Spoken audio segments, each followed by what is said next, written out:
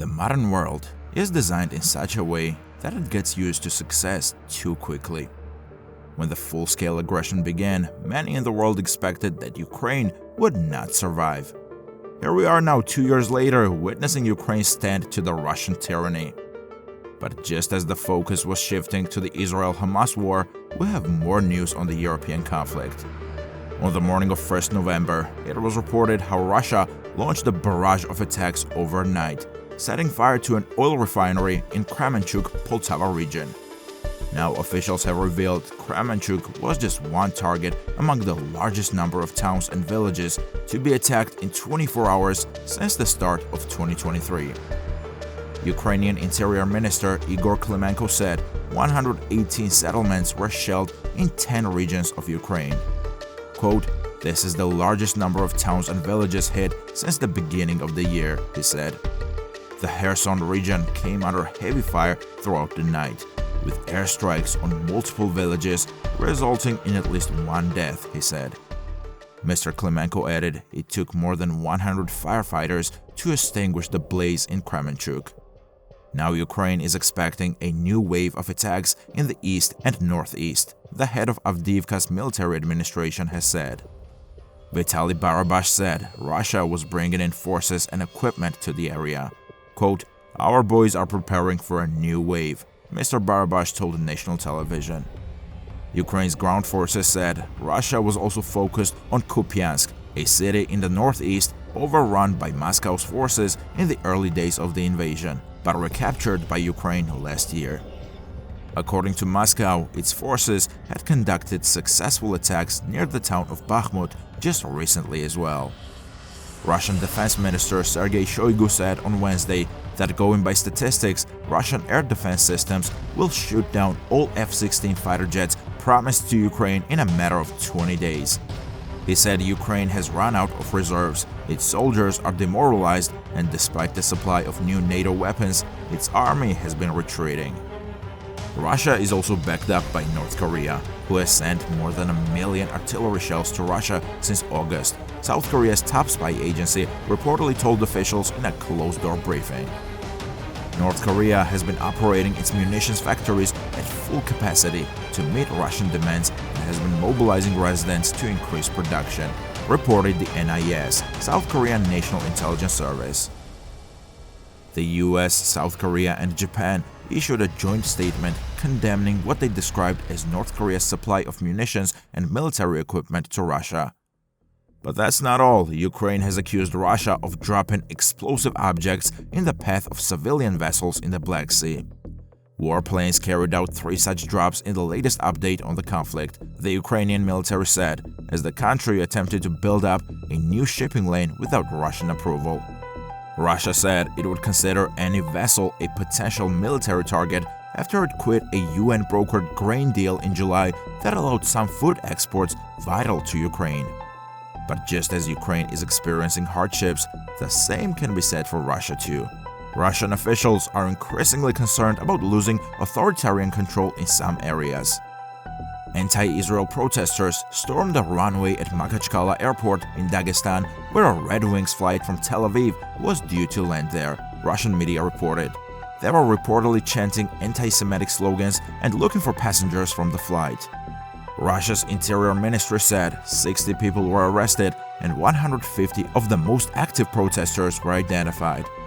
The reaction of Ramzan Kadyrov, the head of the Chechen Republic, to the riot that broke out suggested that he was concerned with demonstrating the strength of his rule over the region, the Institute for the Study of War said.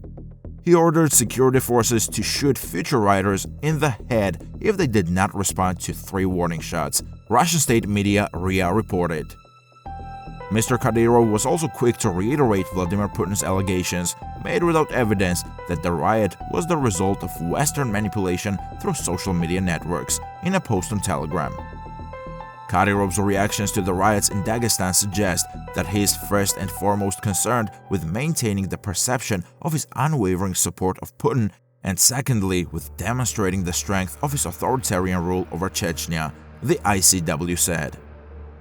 Everything is shaky right now, and even if the war were to end at this moment, there would be no victors, only losers. With how much both sides lost, it is not accurate to pronounce one as the winner. The total number of Ukrainian and Russian troops killed or wounded since the war in Ukraine began 18 months ago is nearing 500,000, US officials said. A staggering toll as Russia assaults its next-door neighbor and tries to seize more territory. The officials cautioned that casualty figures remain difficult to estimate because Moscow is believed to routinely undercount its war dead and injured, and Kiev does not disclose official figures. But they said the slaughter intensified this year in eastern Ukraine and has continued at a steady clip as the nearly 3-month-old counteroffensive drags on. Russia's military casualties are approaching 300,000. The number includes as many as 120,000 deaths and 170 to 180,000 injured troops. The Russian numbers dwarf the Ukrainian figures, which the officials put at close to 70,000 killed and 100 to 120,000 wounded. But Russians outnumber Ukrainians on the battlefield almost 3 to 1, and Russia has a larger population from which to replenish its ranks. Ukraine has around 500,000 troops, including active duty, reserve, and paramilitary troops, according to analysts.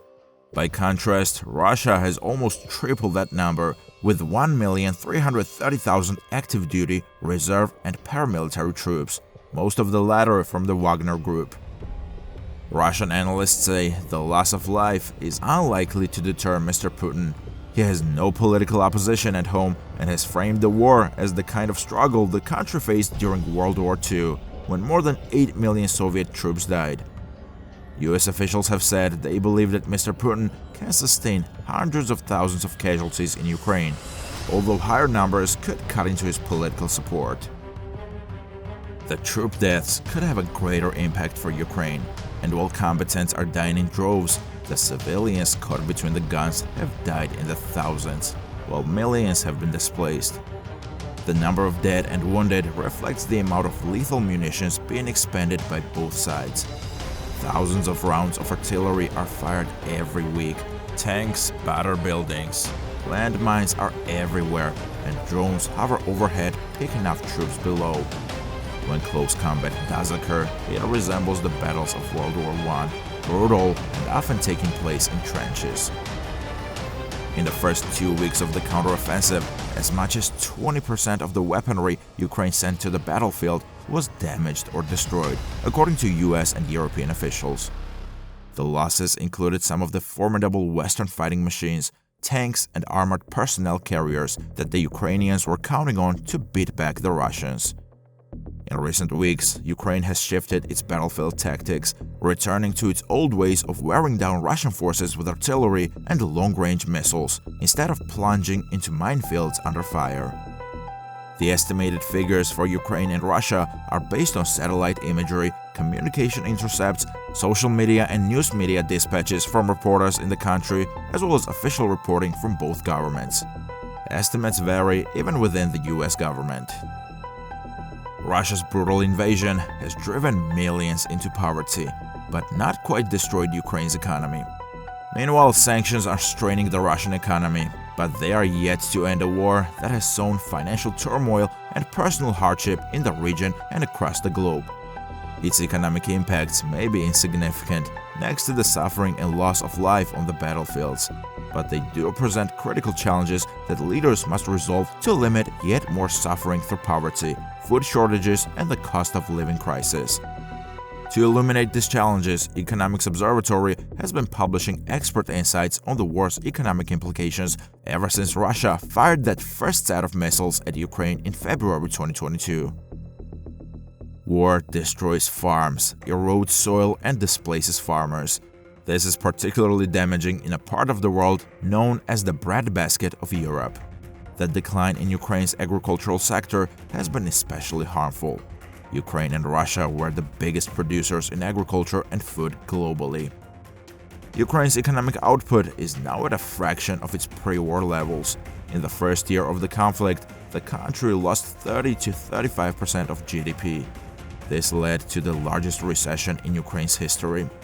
Poverty in the country also soared from 5.5% of the population to 24.2% in 2022, according to the World Bank. Further, Ukraine is now one of the most food insecure countries in the world, despite being one of the world's biggest exporters of crops such as maize, barley, and wheat before the war. The United Nations World Food Programme estimates that 1 in 3 Ukrainian households is food insecure, rising to 1 in 2 in some areas of the east and south. Ukraine's economic outlook is uncertain and depends on how long the war lasts, but a recovery is possible. But successful recovery will take unprecedented efforts and creativity from the government. Going forward, Ukraine's leaders must strive to achieve all of the structural changes that other European countries have been going through for years, but in much less time. Ukraine has avoided bureaucratic failure, with most public services remaining accessible. This is largely thanks to a high level of digitalization since the COVID-19 pandemic. Could European Union membership offer a distant glimmer of hope? Ukraine submitted an official request to join the EU in February 2022, just days after the Russian invasion began. We don't know yet whether Ukraine will become an EU member state, but this would bring economic benefits for the country. Following the Russian invasion of Ukraine in 2022, countries across the globe have imposed punishing sanctions and defensive trade instruments on Russia. The sanctions are certainly yet to stop Russian aggression, nor have they brought Russia to the negotiating table. Some commentators believe that they have had at most a very limited impact on the Russian economy. Deeper analysis also reveals an economic shift within Russia in terms of what the country produces and spends its money on. A big rise in the manufacture of products used in war, such as metals, textiles, and medical goods, has been seen. Looking ahead, the Russian economy may suffer from the collapse of technical, scientific, and cultural ties with the West. This could lead to a brain drain of younger and more outward-looking Russians who do not wish to stay in a country that has become a pariah on the world stage. Clearly, many would argue that there was never a good time for war, but the timing of Russia's first full-scale attack on Ukraine in February 2022 felt particularly brutal. It came at a point when societies around the world were attempting to resume business as usual after 2 grueling years of the pandemic. Businesses faced chaotic supply chains as they tried to meet resurging demands for goods and services and started passing on rising production costs to their customers. Russia's attack on Ukraine placed a further squeeze on critical commodities. This was the result of reduced output from both countries and sanctions on Russia. Costs climbed even further, triggering inflation rates that far outpace wage growth. This cost of living crisis has diminished the health and well-being of people around the world, especially for the poorest, and increased the risk of famine. The economic impact of the war in Ukraine may be less urgent than the immediate suffering and death in the war zone. It has nonetheless proved to be immense, especially for Ukraine and Russia. The impacts themselves cause further harm by driving food insecurity and poverty to perilous levels. The longer the war goes on, the deeper the economic crisis goes. Much is still unfolding on the exact scale of the war's impacts, but through the insights presented here, we can start to build a quantitative picture of its economic hazards.